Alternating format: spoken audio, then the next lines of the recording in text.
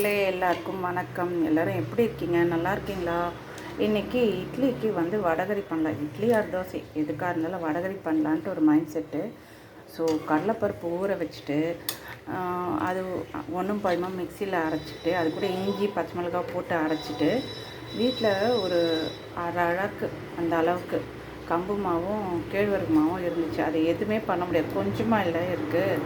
So அதையும் சேர்த்து கடலைப்பருப்பு கூட சேர்த்து மிக்ஸ் பண்ணி உருண்டை பண்ணி ஆவியில் வேக வச்சு எடுத்துட்டேன். ஆவியில் வேக வச்சு எடுத்துகிட்டு இதோ அது கூட என்னென்ன வடகரிக்கு நம்ம ஆட் பண்ணுவோமோ பட்டை, இலை, லவங்கம், கரம் மசாலா, வெங்காயம், பூண்டு எல்லாத்தையும் போட்டு இதோ வடகரி ரெடி பண்ணிகிட்ருக்கேன். உப்பு காரம் செக் பண்ணிவிட்டு தேவைன்னா இன்னும் கொஞ்சம் போட்டு வேக வைக்க வேண்டியதுதான். வடகரி செம்மையாக இருக்கும். தோசைக்கு இட்லிக்குன்னு டேஸ்ட்டாக இருக்கும். நமக்கு கம்பு மாவும் கேழ்வரகு மாவும் இது கூட மிக்ஸ் பண்ணியிருக்கனால கலர் கொஞ்சம் மாறி இருந்தாலும் டேஸ்ட்டு செம்மையாக இருக்கும்.